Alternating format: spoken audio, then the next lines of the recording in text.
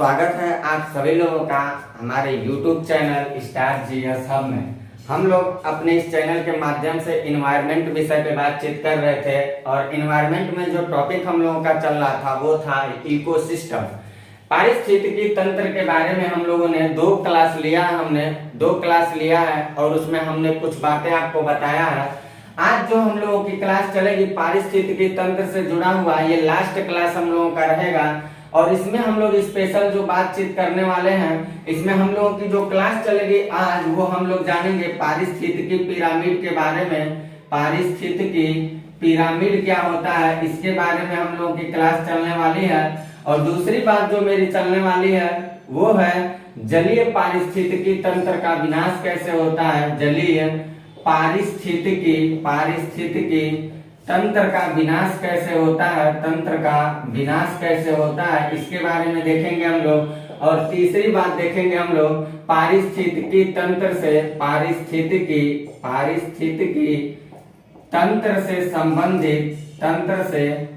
संबंधित महत्वपूर्ण शब्दावलियों के बारे में, महत्वपूर्ण शब्दावलियों के बारे में, शब्दावलियां इससे रिलेटेड। जैसे हम लोग यहाँ पढ़ेंगे खाद्य जाल क्या होता है, खाद्य श्रृंखला क्या होता है, 10% एनर्जी लॉ क्या होता है, 10% ऊर्जा का नियम क्या होता है।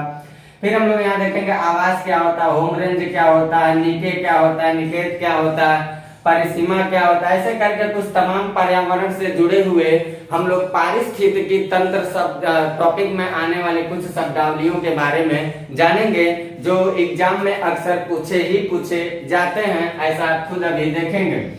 तो हम लोगों की क्लास जो चलने वाली इन तीन मुद्दों पे यही पार्ट 3 है, याद रखिएगा। पारिस्थितिकी तंत्र का ये पार्ट 3 है। पार्ट 1 और पार्ट 2 का वीडियो डाल चुका हूं मैं। अगर आप पूरा पार्ट 1, पार्ट 2, पार्ट 3 को पढ़ते हैं तब आप पारिस्थितिकी तंत्र के बारे में कंप्लीट और गहनता के साथ अध्ययन कर पा रहे हैं। तो तीनों वीडियो को आप जरूर देखिएगा। अगर चैनल से हमारे नए जुड़े होंगे आप, तो आपसे मेरा गुजारिश होगा कि आप हमारे चैनल को सब्सक्राइब करते चलिएगा, लाइक भी वीडियो के करते चलिएगा, लाइक करते चलिएगा और ज्यादा से ज्यादा शेयर करिएगा ताकि दूर दराज के जो बच्चे होंगे वो लोग कम से कम जीएस जैसी मुद्दों में जिस तरह की समस्याएं उत्पन्न हो रही है मार्केटिंग की दुनिया में, टीचर बाजारवाद के नियमों का इतना जबरदस्त पालन कर रहा है कि बच्चे को मूल चीज देने से वो वंचित कर दे रहा है। तो ऐसे जो नौजवान होंगे लोग, उन लोगों के लिए कम से कम मेरा चैनल उन लोगों के लिए काफी लाभदायक साबित हो। और आप लोगों के बीच में यही चाहता भी हूँ कि उन तमाम सारे तथ्यों का, इतनी ज्यादा कॉन्सेप्ट और तथ्यों का बौछार कर दूं कि एग्जाम में आने वाले जीएस जैसी समस्याओं का समाधान हो, ताकि मेरी भी गुणवत्ता आप लोगों के बीच बनी रहे। तो मैं चलता हूँ अपनी क्लास को शुरू करने के लिए। पारिस्थितिकी पिरामिड के बारे में पहले बताता हूँ, फिर मेरा दूसरा होगा जलीय पारिस्थितिकी तंत्र के विनाश के बारे में बताऊंगा और तीसरा बात मैं बताता हूँ पारिस्थितिकी तंत्र से संबंधित महत्वपूर्ण शब्दावलियों के बारे में। इतनी बातों को आप देख लीजिएगा। इसी पे हम चलते हैं आपसे बातचीत करने।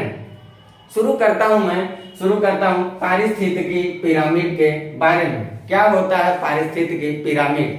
तो लिखते हैं हम लोग पारिस्थितिकी पिरामिड। देखते हैं हम लोग पारिस्थितिकी पिरामिड। हेडिंग हम लोगों का पारिस्थितिकी पिरामिड।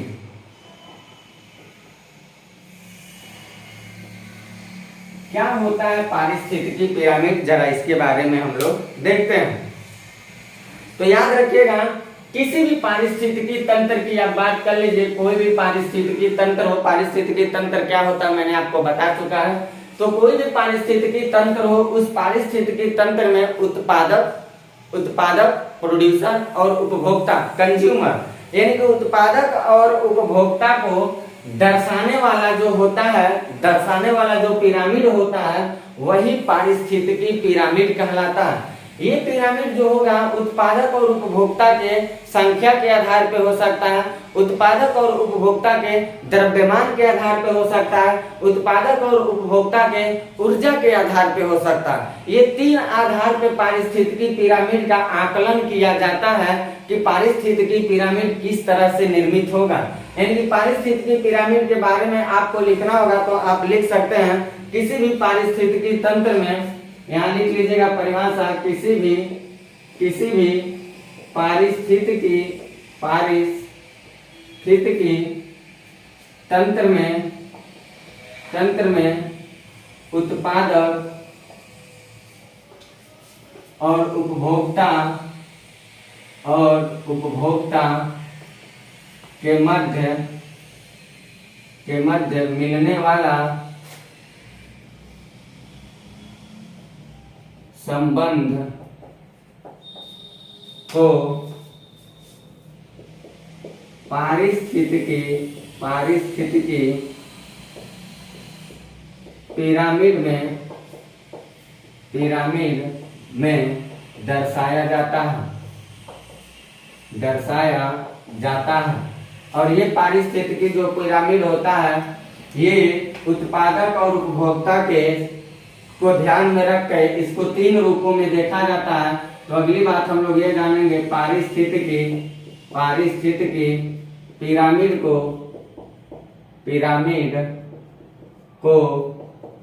3 भागों में बांटा जाता है। तो 3 भाग ये कौन कौन से हैं? जो पहला भाग होता है उसको हम लोग कहते हैं ऊर्जा के आधार पर पारिस्थितिकी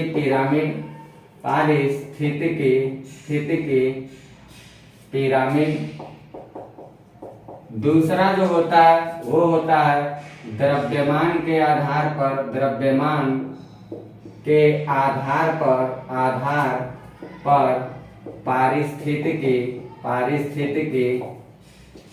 पारिस्थितिकी पिरामिड। और तीसरा हम लोग पढ़ेंगे संख्या के आधार पर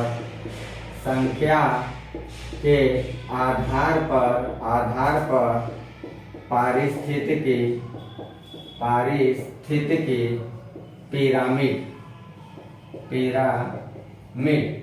ये 3 रूप में हम लोग देखेंगे। इसके 3 रूप होते हैं।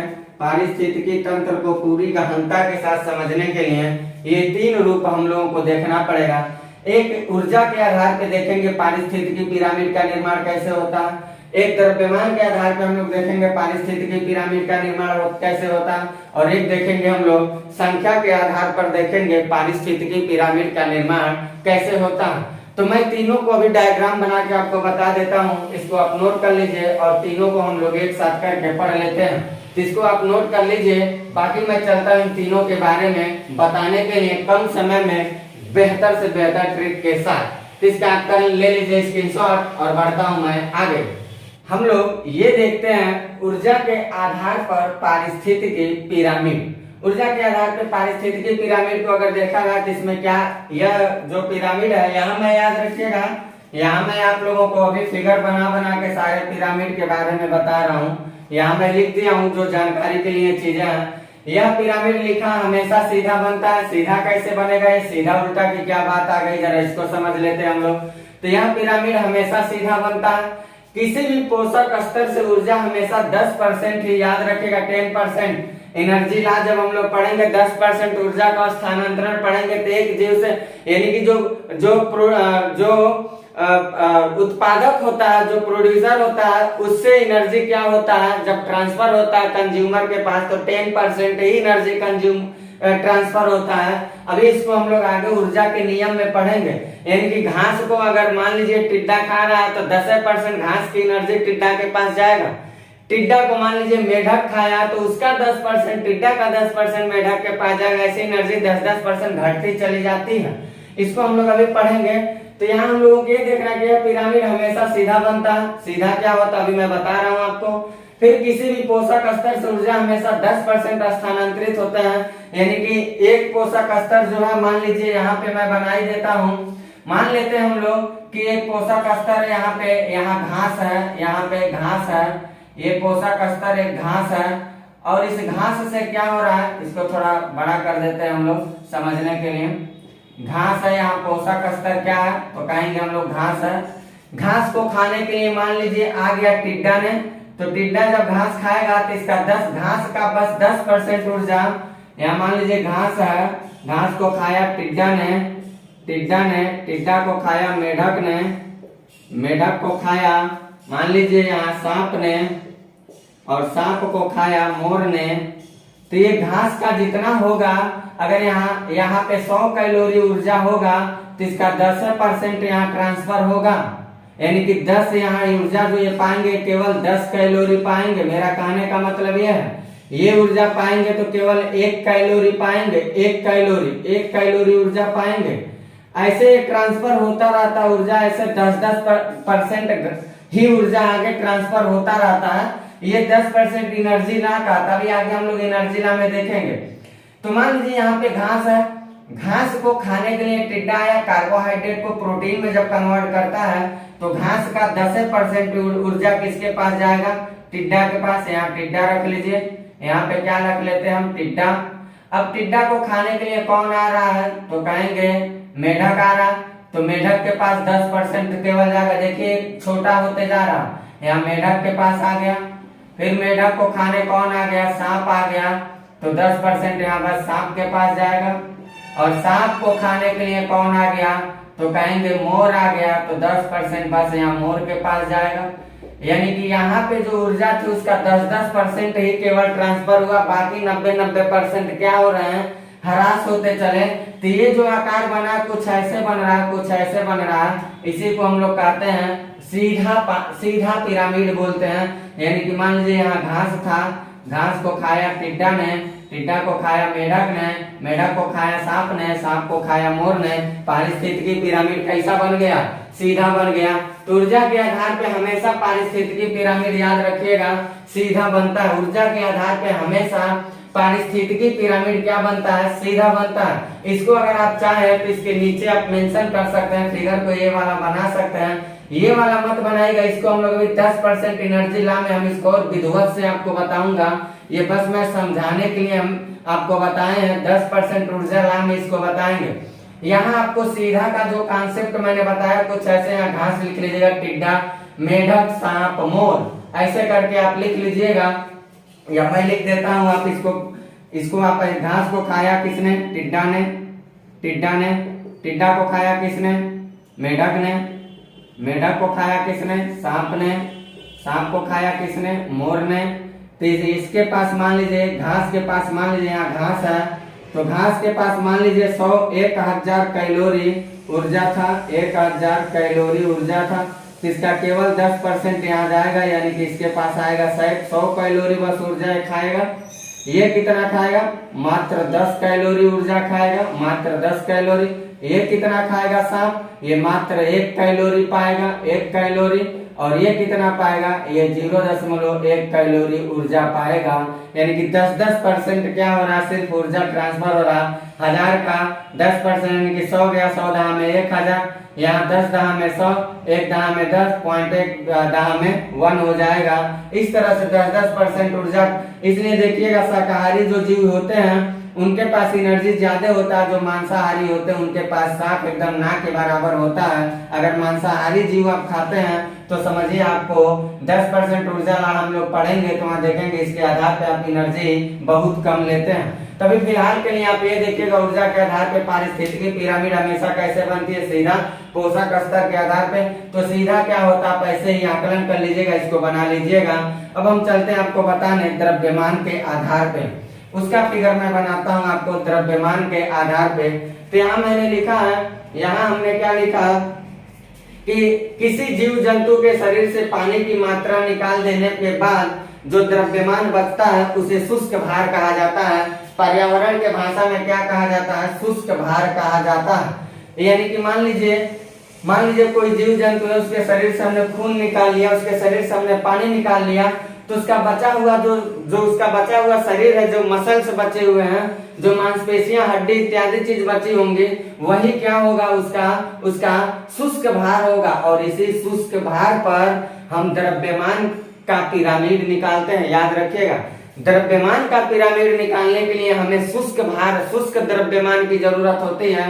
और शुष्क द्रव्यमान का क्या मतलब होता है, यानी कि उस जीव से या जंतु से या वनस्पति से पानी इत्यादि और खून जितना होता होगा उन सारे चीजों को निकालना पड़ेगा। यानी कि शुष्क भार के आधार पर द्रव्यमान पिरामिड का आकलन किया जाता है। द्रव्यमान के आधार पर पिरामिड सीधा और उल्टा, याद रखिएगा, सीधा भी बन रहा है और उल्टा भी बन रहा है। ये तो केवल सीधा बनता था, यहाँ सीधा भी बन रहा है और उल्टा भी बन रहा है, इस बात को याद रखिएगा। इसका एग्जाम्पल जैसे मैंने लिखा बरगद का वृक्ष, बरगद का वृक्ष है जिस पर चिड़िया और परजीवी हैं। अभी मैं इसको समझा रहा हूँ ये क्या लिखा हूँ। और इसी का दूसरा एग्जाम्पल लिखा हूँ, जलीय पारिस्थितिकी तंत्र में द्रव्यमान पिरामिड उल्टा बनेगा। जलीय पारिस्थितिकी में यानी कि जो उल्टा बन रहा है ये कहाँ बनेगा, जलीय पारिस्थितिकी तंत्र में बनता है। बाकी ये सीधा जो पिरामिड कहाँ बन रहा है, ये बरगद के वृक्ष इत्यादि पे कहीं भी हम अभी प्रूव करेंगे तब कहीं भी आकलन कर सकते हैं। तो जलीय पारिस्थितिकी में द्रव्यमान पिरामिड उल्टा बनता है। सवाल हुआ छोटी मछली बड़ी मछली है जो मैं लिखा हूँ एग्जाम्पल, अभी मैं इसी को समझाने चल रहा हूँ। तो देखते हैं हम लोग द्रव्यमान के आधार पे पिरामिड सीधा कैसे बनता है, फिर देखते हैं उल्टा कैसे बनता है। पहले मैं आपको बता रहा हूँ सीधा कैसे बनता है, फिर मैं बताऊंगा उल्टा कैसे बनता है। तो जरा इसको गौर करिएगा बातों को। मान लीजिए यहाँ पे एक बरगद का वृक्ष है, मान लीजिए यहाँ पे एक बरगद का वृक्ष है, एक ये क्या है बरगद का वृक्ष है। और इस बरगद के वृक्ष पे क्या है, इस बरगद के वृक्ष पे मान लीजिएगा चिड़िया बैठी है, चिड़िया है, इस पे दो चीज बैठे हुए हैं, इस पे दो चीज बैठे हुए हैं। एक तो इस पे चिड़िया बैठी है, चिड़िया है, और दूसरा इस पे क्या है, तो दूसरे को याद रखिएगा, दूसरा इस पे मान लीजिए बहुत सारे परजीवी हैं, बहुत सारे क्या है परजीवी हैं, ये इस पे है। अब हमने क्या किया, पेड़ से जितना नमी था पेड़ की नमी को हमने निकाल दिया, पेड़ की नमी को हमने क्या किया निकाल दिया। परजीवों के शरीर से हमने क्या किया, खून पानी निकाल दिया। चिड़िया के शरीर से हमने क्या किया, खून पानी निकाल दिया। अब इसी को हम लोग देखते हैं, इसके शरीर से कितना हो खून पानी निकालेंगे आप, तो ये जो होगा चिड़िया से हर हाल में ज्यादा ही द्रव्यमान रखेगा और इसका मास इसका वेट भी ज्यादा ही होगा। चिड़िया जो होगी इसके शरीर से कितना हो खून पानी निकालेंगे, परजीवी जो जीव होते हैं इन लोगों की तुलना में भारी ही होगी। तो उसी को क्या करना हम लोगों को पिरामिड के आधार पे बना देना है। तो यहाँ मान के चलिएगा आप, यहाँ मान के चलिएगा ये सीधा कैसे बनता है, जरा इसको हम लोग देख लेते हैं। सीधा कैसे बनता है जरा इसको हम लोग देख लेते हैं। तो यहाँ पे मान लीजिएगा बरगद का पेड़ है, ये बरगद का पेड़ है और इस बरगद के पेड़ पे, इस बरगद के पेड़ पर कौन है भाई, तो कहेंगे बहुत ज्यादा चिड़िया है और चिड़िया के ऊपर बहुत ज्यादा परजीवी है। यहाँ चिड़िया लिख लीजिएगा, यहाँ चिड़िया और यहाँ ये परजीवी है, परजीवी। अब ध्यान दीजिए, बरगद से हमने खून पानी को निकाला, तो बरगद से कितना हो खून पानी निकालेंगे, सबसे ज्यादा इन तीनों से खून पानी को निकाल दीजिए। सबसे नंबर 1 पे ज्यादा कौन रहेगा, सबसे नंबर 1 पे ज्यादा कौन रहेगा भारी, तो हम कहेंगे बरगद रहेगा, यानी 1 नंबर पे रहेगा, ये 2 नंबर पे रहेगा, ये 3 नंबर पे रहेगा। इसी को क्या करना है, ऐसे पिरामिड में ला करके दर्शा देना है, यानी कि निकालेंगे सबसे ज्यादा बरगद यानी 1 नंबर आएगा, उससे कम चिड़िया है 2 नंबर, उससे कम परजीवी है 3 नंबर। इसी को कहा जाता है सीधा पिरामिड, इसी को कहा जाता है सीधा पिरामिड कहा जाता है, सीधा पिरामिड कहा जाता है। यानी कि किसी भी जीव जंतु के शरीर से हमने क्या किया, खून और पानी को निकाला। अगर खून है तो खून निकाल दीजिए, पानी भी निकाल दीजिए, और उसके बचे हुए जो शुष्क भार होते हैं उसी शुष्क भार के आधार पर हम द्रव्यमान पिरामिड का आकलन करते हैं हम लोग। ये द्रव्यमान पिरामिड जो होता है ये सीधा और उल्टा दोनों बनता है। सीधा किस केस में बन रहा, कोई वृक्ष है, किसी वृक्ष पे मान लीजिए एक वृक्ष यहाँ है, जरा समझिएगा, ये वृक्ष क्या है, ये उत्पादन का काम कर रहा है, ये भोजन इत्यादि को क्या कर रहा, बना रहा। खाने के लिए चिड़िया आ रही है, परजीवी आ रहे हैं। एक व्यक्ति उत्पादक है, कई व्यक्ति खाने वाले इस पे आ रहे हैं। अब इसके शरीर से अगर हम क्या किए, इसके शरीर से अगर हमने खून पानी को निकाल दिया और इसके शरीर से भी खून पानी को निकाला, इसके शरीर से भी खून पानी को निकाला, तो इसका भार कुछ ज्यादा होगा, उससे कम इसका भार होगा, उससे कम इसका भार होगा, और इसी को कहा जाता है सीधा पिरामिड बोला जाता है। अब मैं बताता हूँ आपको उल्टा पिरामिड क्या होता है। इसको अगर लिखना बनाना हो तो आप बना लीजिए। अब मैं बताता हूँ उल्टा पिरामिड क्या होता है, तो इसको देखिएगा। तो एक बात जरा आप ध्यान दीजिएगा, उल्टा पिरामिड को जानने के लिए एक चीज जरा आप ध्यान देंगे। वो चीज आप क्या ध्यान देंगे, मान लीजिए समुद्री एरिया में गए तो समुद्रों में हम लोगों को बहुत ज्यादा क्या मिलता है, बहुत ज्यादा हम लोगों को समुद्रों में क्या मिलता है, तो कहेंगे बहुत ज्यादा हम लोगों को शैवाल मिलता है, शैवाल मिलता है, शैवाल हम लोगों को ज्यादा मिला। अब मान लीजिए इस शैवाल से हमने क्या किया, इसके पानी को निकाली। शैवाल को खाने के लिए कौन आता है, तो कहेंगे इसको खाने के लिए छोटी मछली आएंगी। छोटी मछली को खाने के लिए कौन आएगा? तो इससे बड़ी मछली आएगी, इससे बड़ी मछली इसको खाएगी, बड़ी मछली खाएगी। और इस जो बड़ी मछली है इसको कौन खाएगा? तो उसमें जो सबसे बड़ी मछली होगी, सबसे बड़ी मछली वो खाएगी। बात समझिएगा। शैवाल है, शैवाल को खाने के लिए कौन गया? छोटी छोटी मछलियां गई। छोटी छोटी मछलियां इससे बड़ी मछलियां खा ली, और इससे बड़ी जो मछलियां हैं इनको खाने के लिए सबसे बड़ी मछली चली गई। अब मान लीजिए शैवाल जो है संख्या में तो बहुत ज्यादा है, शैवालों की संख्या तो बहुत होता है, लेकिन और इसके संख्या से कम होता है छोटी मछलियों की संख्या। छोटी मछलियों की संख्या से कम होता है इससे बड़ी मछलियों की संख्या, और इससे बड़ी मछलियों की संख्या से कम होता है सबसे बड़ी मछलियों की संख्या सबसे कम होता है। बात को गौर करिएगा। सबसे ज्यादा हमें समुद्री एरिया में क्या मिला? शैवाल मिला। जितना शैवाल होंगे उससे कम छोटी छोटी मछलियां होंगी। छोटी छोटी जितनी मछलियां होंगी उनसे कम हमें क्या मिलेंगे? इस छोटी मछली से बड़ी मछली मिलेगी, और जो बड़ी मछली है इससे कम संख्या में हमको मिलेंगे सबसे बड़ी मछलियां बहुत कम होंगी। लेकिन शैवाल के शरीर से हमने खून पानी को निकाल दिया। शैवाल के शरीर से हमने क्या किया? खून पानी को क्या किया? निकाल दिया। अब मान लीजिए यहाँ पे क्या है? शैवाल है, यहाँ पे शैवाल है। इसके शरीर से खून पानी को निकालेंगे तो इसका भार जो होगा, छोटी मछली के शरीर से खून पानी निकालेंगे तो छोटी मछली के शरीर के भार से क्या होगा? कम होगा, शैवाल कम होगा। यानी कि छोटी मछली क्या पड़ जा रही है? शैवाल पे द्रव्यमान में भारी पड़ जा रही है। तो यहाँ पे आ गई छोटी मछली को लिख दीजिए, यहाँ छोटी मछली आ गई। ठीक, अब छोटी मछली भले बहुत ज्यादा है, लेकिन छोटी मछलियों से संख्या में भले कम है बड़ी मछलियां, लेकिन बड़ी मछलियों का जो भार होगा छोटी मछलियों के भार से क्या होगा? ज्यादा होगा। तो इसका ज्यादा कर दीजिए। इसका क्या करिए? इससे बड़ी मछलियों का यहाँ बड़ी मछली लिख दीजिए, बड़ी मछली, यहाँ छोटी मछली शैवाल, और जो सबसे बड़ी मछली होगी एक के दूगो होगी, लेकिन जो सबसे बड़ी मछली से ज्यादा होंगी बड़ी मछलियां, लेकिन बड़ी मछलियों के भार से कहीं ज्यादा कौन होगी? द्रव्यमान इनका बड़ी मछलियों का ज्यादा होगा। तो यहाँ क्या करेंगे? सबसे बड़ी मछली रखिए, सबसे बड़ी मछली रखिए। इस प्रकार देखा जाए तो पारिस्थितिकी पिरामिड हमारा कैसा बन गया? उल्टा बन गया। इसी को कहा जाता है पारिस्थितिकी उल्टा पिरामिड बोला जाता है, उल्टा पिरामिड बोला जाता है। कॉन्सेप्ट को बस समझते चलिएगा, कॉन्सेप्ट को आप समझते चलिएगा, बाकी कोई समस्या की बात नहीं है। तीसरा हम लोग देखते हैं संख्या के आधार पर पारिस्थितिकी पिरामिड के बारे में। संख्या के आधार पर इसको अगर बनाना हो तो आप बना सकते हैं। ये मैं दूसरे वाला का उल्टा वाला ये बनाया हूँ, सीधा वाला बना चुका हूँ और इसका भी बता चुका हूँ। अब मैं तीसरा बताने चल रहा हूँ आपको संख्या के आधार पर पारिस्थितिकी पिरामिड के बारे में। तो संख्या के आधार पे क्या देखना है? ये भी सीधा और उल्टा याद रखिएगा। संख्या के आधार पे भी जो पिरामिड बनता है सीधा और उल्टा दोनों बनेगा। सीधा कैसे बनेगा भाई? मान लीजिए एक बरगद का वृक्ष है, उस पे सैकड़ों चिड़िया चली जा रही है। बरगद का वृक्ष है, सैकड़ों चिड़िया चली गई। यहाँ मान लीजिए एक बरगद का पेड़ है, ये बरगद का पेड़ है, यही उत्पादन करने वाला है, खाना भोजन देने वाला। और इस पे क्या हुई? हजारों प्रकार से दौड़ते दौड़ते कौन चला आया? सैकड़ों चिड़ियाएं चली आई, चिड़िया। तो संख्या देखा जाए, एक बरगद का पेड़ है, मालिक के रूप में जो खाना पैदा कर रहा, लेकिन खाने वाले हजारों जीव उस पे आके बैठते हैं।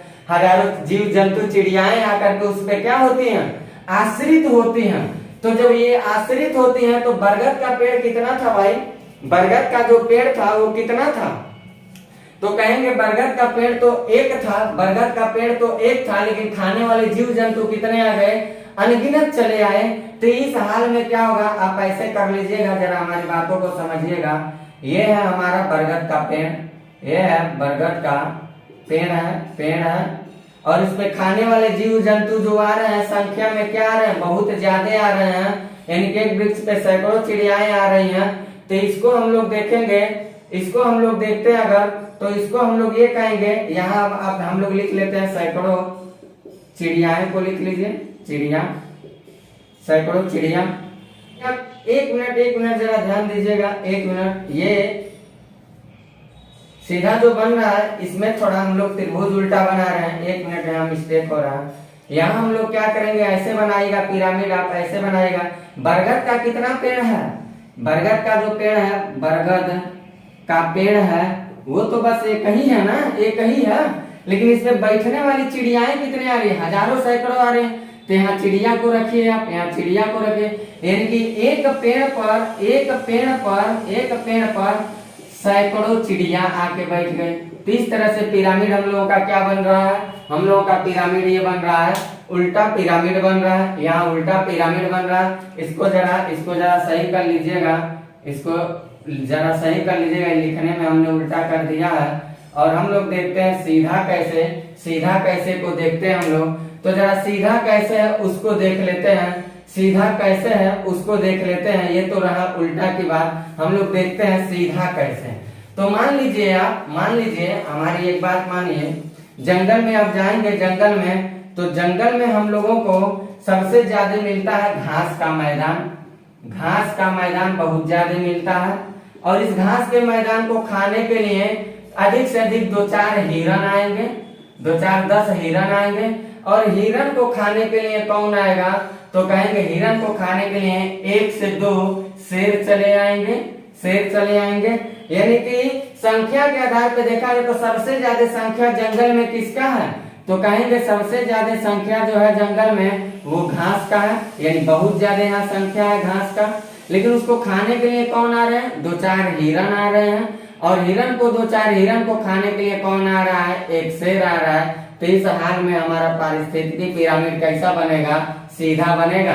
इतनी बातों को पारिस्थितिकी पिरामिड से रिलेटेड आप याद रखिएगा। मैंने लिखते समय, क्योंकि गर्मी भी बहुत ज्यादा होता है, पसीना तो होता ही होता है, वीडियो पढ़ाते लिखते चलते थे तो बहुत लंबा होता चला जा रहा था। आप लोग का ही मैसेज था कि वीडियो बड़ा लंबा जा रहा है, इसलिए मैं सोचता हूँ कि इस पे लिख दूं, उसके बाद मैं एक्सप्लेन करता रहूं उसके बाद। लेकिन ये लिखने में हो सकता मैं मिस्टेक कर दिया था, तो इसलिए जब समझा रहा था तो मैं खुद सेटिस्फाई नहीं हो रहा था कि ये क्या हो रहा। फिर मैंने देखा कि मैं गड़बड़ चल रहा, तो मैंने आपको तुरंत क्या किया, सही बताया। तो आप इसको एक्सेप्ट करिए। और पारिस्थितिकी पिरामिड से संबंधित मैंने आपको सारी बातें बता दिया। अब हम आपको बताने चल रहे हैं जलीय पारिस्थितिकी तंत्र का विनाश के बारे में। इतनी बातों का आप अपना नोटबुक में मेंशन कर लीजिए। जलीय पारिस्थितिकी तंत्र के विनाश को अगर देखा जाए तो जलीय पारिस्थितिकी तंत्र के विनाश में सबसे जिम्मेदार घटना जो होती है उसी को हम लोग बोलते हैं सुपोषण बोलते हैं। सुपोषण क्या होता है, ये सुपोषण जो होता है जब जल में नाइट्रेट और फास्फेट की मात्रा बढ़ने लगती है, उसी को हम लोग सुपोषण कहते हैं। अभी हम लोग यहाँ समझ रहे हैं क्या। पहले हम लोग देखते हैं जलीय पारिस्थितिकी तंत्र का मॉडलिंग क्या होता है और इसका विनाश कैसे होगा उसको देखेंगे। यहाँ हम लोग मॉडलिंग देखेंगे, यहाँ विनाश कैसे हो रहा है उसको समझेंगे। जो जलीय पारिस्थितिकी तंत्र होता है उसमें जीवों के अलग अलग स्वरूप दिखाई देते हैं, जो जल के साथ बह जाते हैं, जीव जल के साथ जो बह गए ऊपर ही, उसको प्लैंटन कहा जाता है, प्लैंटन जीव कहा जाता है। और जो जीव जल ऐसे, मान लीजिए जल ऐसे बह रहा है, ऐसे जल बह रहा है, जल बह रहा है, तो ऊपर जो बह गए उनको तो प्लैंटन कहा गया। कुछ जीव ऐसे होते हैं जो ऐसे किनारे पे जाके चपक जाते हैं, किनारे पे जाके ऐसे चपक जाएंगे, इनको क्या कहा जाता है, इनको लिंटोरल बोला जाता है, लिंटोरल बोला जाता है। और कुछ जीव ऐसे होंगे, पानी ऐसे बह रहा है तो नीचे पानी के जाके क्या होंगे, दब जाएंगे। तो जो नीचे दब जाते हैं उनको बेंटिक कहा जाता है, बेंटिक कहा जाता है। और कुछ जीव ऐसे होंगे जो इसमें तैरने की ताकत रखते होंगे, तैरने की ताकत रखते होंगे। जो तैरने की ताकत रखते हैं उनको नेंटम कहा जाता है। और बचे हुए जो बीच के जीव हैं उनको एक साथ हम लोग लेंटिक कहते हैं। तो ये सारे नाम आप याद रखेंगे। इन्वायरमेंट से रिलेटेड इंग्लिश में ऐसे नाम ही लिख के दे देता है। और जो मैंने क्या किया आपको बताया, ये क्या होंगे, ये तैरने की ताकत रख रहे हैं, सॉरी बह जा रहे हैं साथ साथ, ये जो है बह गए। और इसके बाद ये किनारे पे जो आके चपक जाते हैं इनको क्या कहेंगे, लिंटोरल कहेंगे। फिर जो इस पानी के नीचे के सतह पे जो जाके बैठ जाते हैं उनको बेंटिक कहेंगे। फिर उसके बाद हमने आपको बताया जो इस पानी में तैरने की ताकत रखेंगे उनको नेंटम कहेंगे। और जो जीव बीच में ऐसे बचे होते हैं, इन सबके किनारे भी नहीं होंगे, बीच में होंगे, बह भी नहीं रहे, तैर भी नहीं रहे, नीचे दब भी नहीं रहे, उनको लेंटिक कहा जाता है। इतनी बात आप याद रखेंगे, इतनी बातों को आप याद रखेंगे। अब हम लोग देखते हैं कैसे होता है हमारे जलीय पारिस्थितिकी तंत्र का विनाश, जरा उस पर कर लेते हैं हम लोग बातचीत। तो जलीय पारिस्थितिकी तंत्र में हम लोगों को नाइट्रेट और फास्फेट की मात्रा देखी जा रही है। इस समय नाइट्रेट और फास्फेट की मात्रा में अधिकतम वृद्धि देखी जा रही है और नाइट्रेट फास्फेट की जो मात्रा बढ़ रही है इसी को कहा जाता है सुपोषण। इनकी एक भाषा में अगर एग्जामिनर आपसे सवाल पूछता है कि जलीय पारिस्थितिकी तंत्र के विनाश के लिए सबसे जिम्मेदार कारक क्या है, ऑप्शन में जहां भी सुपोषण मिलेगा, जहां भी सुपोषण मिलेगा, यूट्रिफिकेशन जहां भी शब्द मिलेगा, इसको ऑन द स्पॉट आप मारिएगा, बिल्कुल सही हो जाएगा। कैसे सुपोषण है जिम्मेदार, जरा इसको देखेंगे। मान लीजिए नाइट्रेट और फास्फेट की मात्रा बहुत ज्यादा अगर बढ़ रही, मैंने आपके लिए यहाँ फिगर बड़ा मस्त बनाया है। नाइट्रेट प्लस फास्फेट की मात्रा अगर बहुत ज्यादा बढ़ रही है तो नाइट्रेट फास्फेट की मात्रा क्या करेंगे, शैवालों की संख्या के समुद्र में शैवालों की संख्या को क्या करेंगे, बढ़ा देंगे। जब शैवालों की संख्या इंक्रीज हो जाएगी साहब तो शैवाल बढ़ करके क्या करेंगे, शैवाल जब बहुत ज्यादा बढ़ने लगेंगे तो उसी को कहा जाता है पर्यावरण के भाषा में शैवाल प्रस्फोटन, उसको कहा जाता है शैवाल प्रस्फोटन, यानी शैवाल बहुत ज्यादा हो गए। अब जब शैवाल मान के चलिए बहुत ज्यादा हो जाएंगे, शैवाल जब बहुत ज्यादा हो जाएंगे तो शैवाल ज्यादा होके क्या करेंगे, पानी को सोखेंगे और वाष्पीकरण करके पानी को सीधे वायुमंडल में छोड़ेंगे। जब पानी को वाष्पीकृत कर करके वायुमंडल में छोड़ते चले जाएंगे तो समुद्र में पानी की मात्रा धीरे धीरे क्या होगी, कम होती चली जाएगी। और जब पानी की मात्रा धीरे धीरे कम होगी, वाष्पीकरण से पानी की मात्रा जब कम होने लगेगी तो सूर्य का जब प्रकाश चल के आएगा तो सूर्य के प्रकाश क्या करेगा, ये शैवाल पानी को कम करके चारों ओर से पानी पे ऐसे छा जाएगा और ऊपर से जब सूर्य का प्रकाश आएगा तो सूर्य के प्रकाश को शैवाल क्या करेगा, पानी के अंदर नहीं जाने देगा। और जब पानी के अंदर नहीं सूर्य का प्रकाश जाएगा तो अंदर सब अंधेरा अंधेरा रहता है और जब अंदर सब अंधेरा रहेगा तो अंदर के जीव जंतु जो होंगे वो जीव जंतु तापमान को सही से नहीं पा पाएंगे और साथ ही साथ शैवाल क्या करेगा, O2 को ग्रहण कर करके सीधे वायुमंडल में छोड़ देगा। तो समुद्री जीव O2 को भी नहीं पाएंगे, प्रकाश को भी नहीं पाएंगे, तो समुद्री जीवों के अंदर हाहाकार मच जाएगी, यानी कि समुद्री जीव मरने लगेंगे। और जब मरने लगेंगे तो इसी को कहा जाता है जलीय पारिस्थितिकी तंत्र का विनाश। इसी को कहा जाता है जलीय पारिस्थितिकी तंत्र का विनाश। ऐसे समझ लीजिएगा, मान लीजिए जलीय एरिया है, ये जलीय एरिया है, ये जलीय एरिया है, यहाँ पे सूर्य है, यहाँ पे सूर्य है। तो मान लीजिए ये जो जलीय एरिया है यहाँ पे क्या हुआ, नाइट्रेट प्लस फास्फेट की मात्रा खूब इंक्रीज की तो शैवाल भी बढ़ेंगे। जब शैवाल बढ़ेंगे तो शैवाल वाष्पीकृत करके यहाँ के पानी को क्या करेंगे, वाष्प बना के हवा में फेंक देंगे। पानी चला गया हवा में तो पानी की मात्रा यहाँ धीरे धीरे कम हो जाएगा। जब पानी की मात्रा कम हो जाएगा तो शैवाल अच्छे से छा जाएंगे ना उसको।